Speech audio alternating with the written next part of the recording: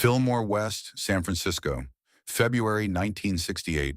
The venue was cold that afternoon, empty except for the tech crew setting up lights and testing sound levels. Albert King arrived early for sound check. He always did.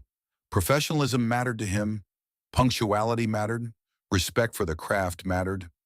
Albert King was 45 years old, 6'4", left-handed, and played a Gibson Flying V upside down. He'd been playing blues guitar since before most of the psychedelic kids in San Francisco were born. His tone was massive, his bends were surgical, and his phrasing was economical. 3 notes from Albert King could tell you more than most guitarists could say in 3 minutes. He knew this. Everyone knew this. Tonight he was headlining. The opening act was the Jimi Hendrix Experience.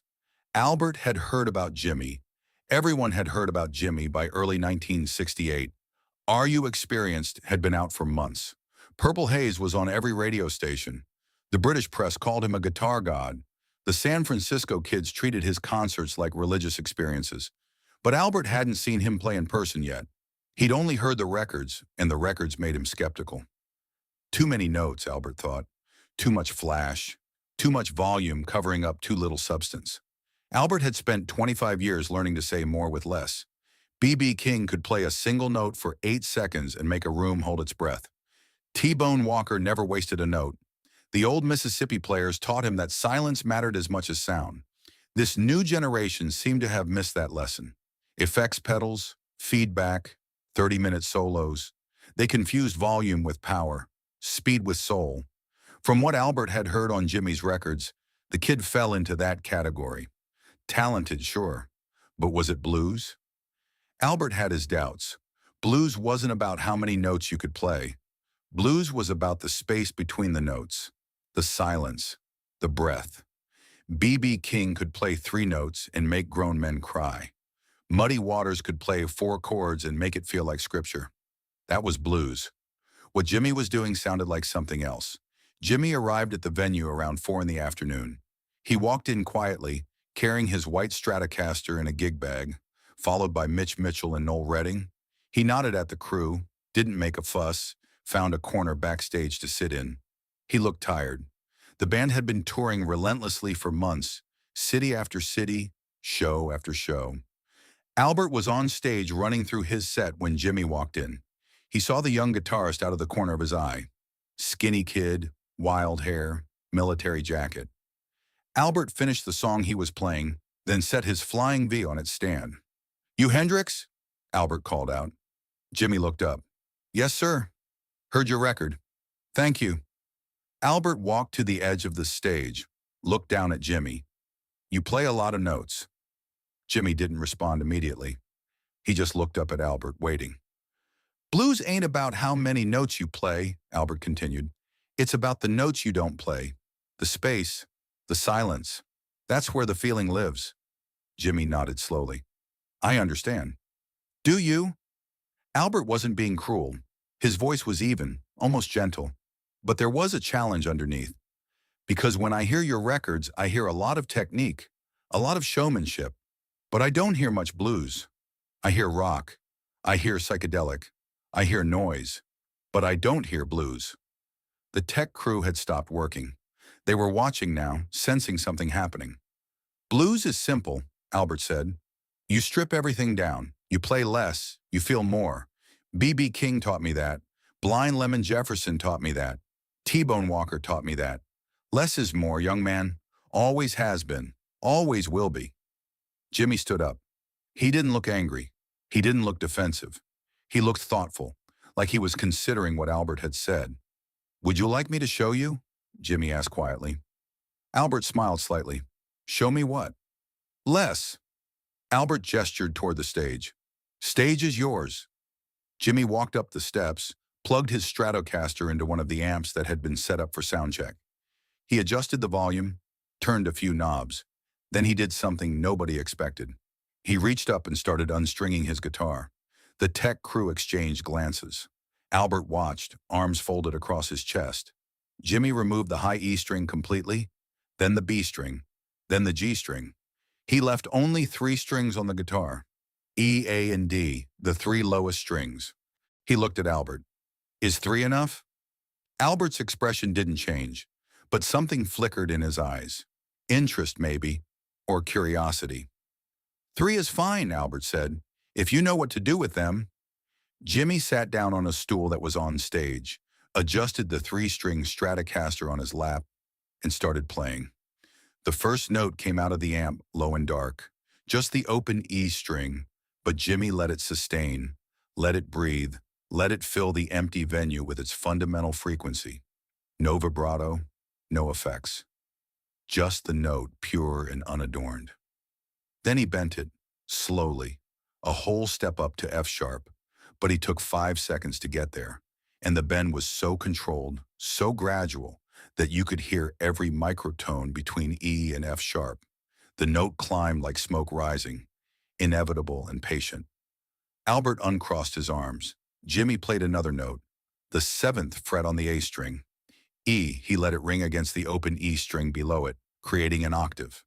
Then he bent the fretted E up a half step, creating dissonance, tension, before releasing it back down to perfect consonance. The release felt like exhaling after holding your breath. With only 3 strings, Jimmy was playing blues that sounded ancient. Delta blues, prison blues, work song blues, the kind of blues that existed before amplification, before electricity, when all you had was 6 strings and your bare hands and whatever truth you were trying to tell. But he was also playing it through a Marshall stack in 1968, so it had weight, mass, physical presence. The low strings resonated in your chest. You didn't just hear it, you felt it in your ribs, in your breathing. Albert King sat down on the edge of the stage. He was watching Jimmy's hands now, studying them. Jimmy wasn't playing fast. He wasn't playing many notes. He was playing maybe one note every 3 or 4 seconds. But each note mattered. Each note had purpose. Each note told a small part of a larger story. Albert had challenged dozens of young guitarists over the years. Some got defensive, some made excuses, some tried to outplay him with speed and flash. But this was different. This kid had accepted the challenge by limiting himself further. 3 strings. That took confidence. That took understanding. That took something Albert hadn't expected to find. And what he was doing with those 3 strings was something Albert recognized from the deepest part of his own musical education. This wasn't rock pretending to be blues. This wasn't some kid imitating black music. This was the real thing. The kid had gone to the source. He'd done the work. He'd learned the language. He'd earned the right to speak it. Albert felt something he hadn't expected to feel. Respect. And beneath that, something more uncomfortable. The realization that his assumptions had been wrong. Jimmy found harmonics, ghost notes, sympathetic vibrations. He made the 3 strings sound like 6. No, like more than 6. Like a small orchestra. The fundamental tones, the overtones, the sustain, the decay, everything worked together to create something bigger than the sum of its parts. One of the techs, an older black man who'd been working at the Fillmore for years, stopped what he was doing and just listened. His eyes were closed. He was nodding slowly, unconsciously, like he was in church, like he was hearing something he'd been waiting his whole life to hear. Jimmy played for about 6 minutes. It wasn't a song. It wasn't a standard. It was just an improvisation, a meditation, a conversation between a man and 3 strings. When he finished, he let the final note decay naturally. Didn't cut it off, just let it fade into silence over 10 or 12 seconds until you couldn't tell if you were still hearing it or just remembering it.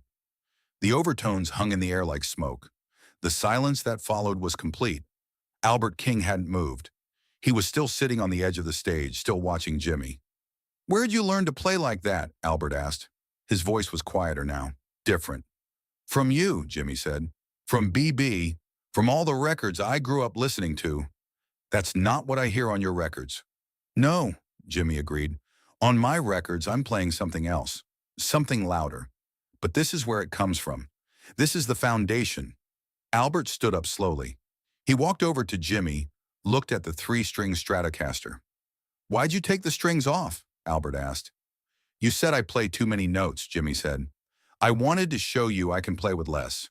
I wanted to show you that the blues you're talking about, the space, the silence, the feeling, I know that. I come from that. Everything I do comes from that." Albert nodded slowly. He was processing something, working through something in his mind.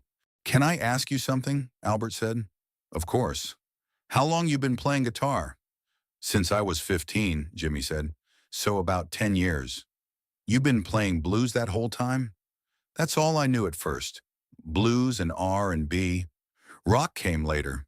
Psychedelic came later. But it's all built on the same foundation." Albert looked at his own Flying V sitting on its stand across the stage. Then he looked back at Jimmy's three-string Stratocaster.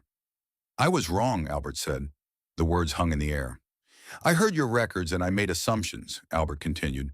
"I heard the volume and the effects and the wild solos, and I thought, this kid doesn't know blues. This kid is all flash. But you just played three strings and showed me something I've been playing six strings to find for 25 years. Jimmy didn't say anything. He just listened. "The thing about blues," Albert said, and now his voice had changed completely. Softer, almost vulnerable. "The thing about blues is you can play it 1,000 different ways. Quiet or loud, simple or complex, doesn't matter. What matters is whether it's true, whether it comes from somewhere real inside you." He paused. "What you just played was true. I can't argue with that." Jimmy started restringing his guitar, putting the three missing strings back on. His hands worked quickly, efficiently. "I didn't play that to prove anything," Jimmy said while he worked. "I played it because what you said was right. Sometimes I do play too many notes. Sometimes I do hide behind volume and effects. But sometimes I need those things to say what I'm trying to say. And sometimes I don't."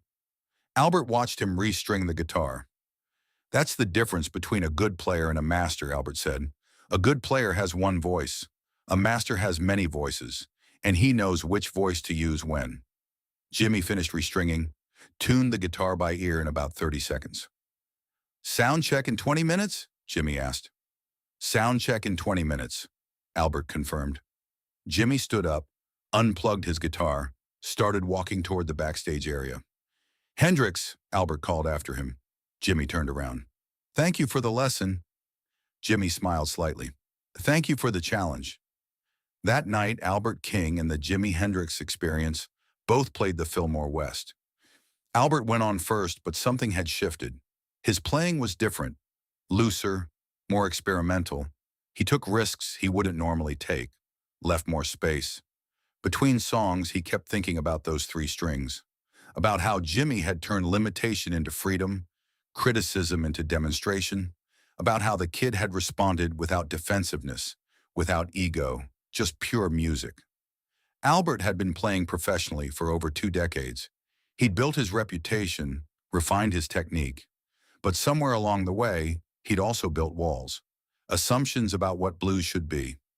Jimmy had walked through those walls with 3 strings in 6 minutes. Jimmy's set was powerful, loud, explosive. But during one song, mid-solo, he stopped using his high strings entirely, just played on the 3 lowest strings for about 2 minutes. The crowd didn't understand why, but Albert King, watching from the side of the stage, understood. It was acknowledgement, respect. After the show, they didn't talk much, just nodded in passing, both understanding that something had been exchanged that afternoon, something that didn't require words. Years later, in 1989, a year before Albert King died, he was interviewed by Guitar Player magazine. The interviewer asked him about the greatest guitarist he'd ever seen. "Jimi Hendrix," Albert said without hesitation. "What made him great?" Albert thought for a moment. "Most guitarists, including myself, spend our whole lives trying to find our voice, our sound. And once we find it, we hold on to it. We defend it. We get precious about it." He paused. Jimmy found his voice, but he never got precious about it. He could play it 1,000 different ways, strip it down to almost nothing, or blow it up to fill a stadium.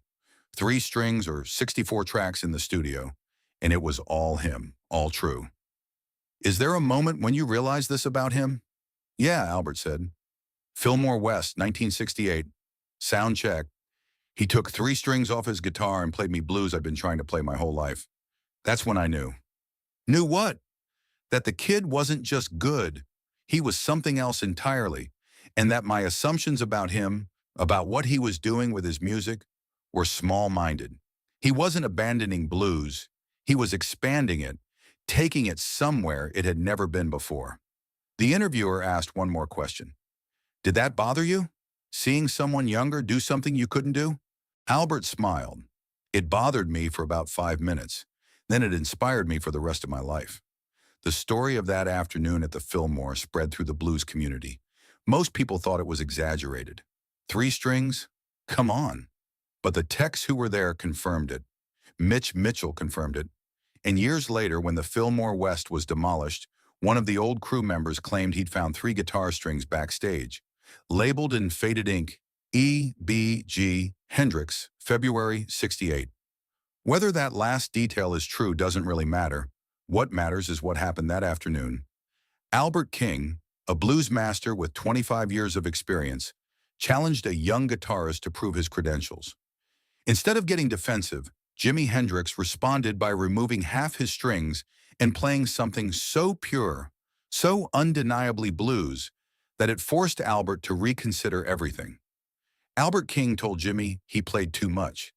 Jimi showed him that more and less were both valid paths to the same truth. And in doing so, Jimi taught one of the masters something about the instrument they both loved. Not with words, with 3 strings and 6 minutes of truth.